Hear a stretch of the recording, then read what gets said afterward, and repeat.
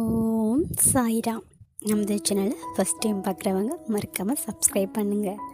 அன்பு குழந்தையே, உன்னிடம் நான் பேச வேண்டிய முக்கியமான விஷயங்கள் உள்ளது. உன் பிரச்சனைகளை நினைத்து நினைத்து உன் நிம்மதியை கெடுத்துக் கொள்கிறாய். உன் மனதை ரணப்படுத்தி கொண்டு எரிச்சல் பட்டு வாழ்க்கையை ரணமாக்கி வைத்துள்ளாய். அதை எப்படி சரி செய்வது என்று தெரியாமல் இருண்ட காட்டில் நுழைந்தது போன்று இருக்கிறாய். இப்படி இருப்பதனால் தான் வாழ்க்கையை நரகமாகி தோன்றுகிறது. உனக்கு ஒரு விஷயம் பிடிக்கவில்லை என்றால் அவற்றின் நினைப்புகளை அறவே துடைத்துவிடு. அதை விரும்பாமல் ஏற்றுக்கொள்கிறாய். அது உனக்கு நீயே செய்யும் அநியாயம். அது உனக்கு நீயே வேஷம் போடுகிறாய். அது உனக்கு நிம்மதி தராது. மற்றவர்களுக்கும் நிம்மதியில்லா சூழ்நிலையை உருவாக்கும். அதற்கு நீ அதை விட்டு நகன்று இருப்பது சிறந்தது. அமைதியாய் போவதில் தவறு இல்லை.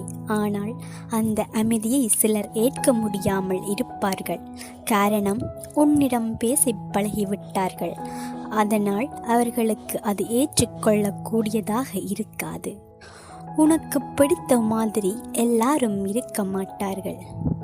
அவர்கள் செய்யும் சில விஷயங்கள் உனக்கு வருத்தத்தை ஏற்படுத்தியது என்றால் அதை சொல்லி சண்டை போடாமல் அமைதியாக விலகுவது நல்லது.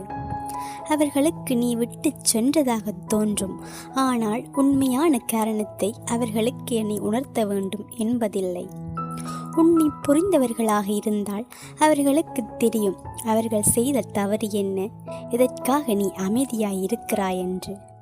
அதனால் இதை ஒரு பெரிய விஷயமாக எடுத்து கலங்காதே. அதை மற்றவர்களிடம் நீ கோபமாய் வெளிப்படுத்துகிறாய். அவர்கள் என்ன செய்தார்கள்? அதனால் கோபத்தையும் எரிச்சலையும் விடு. ஒருவர் உன்னை காயப்படுத்தினது நியாயமில்லை தான். அதற்காக அந்த கோபத்தை மற்றவரிடம் காண்பிப்பது தவறு. நிச்சயம் நிம்மதியுடனும் சந்தோஷத்துடனும் வாழ்வாய். அதற்கு நான் பொறுப்பு. உனக்கு நான் ஆசீர்வதித்தது நிச்சயமாக ஆசீர்வதித்தது போல் உனக்கு கிடைக்கும். ஓம் சாய்ராம்.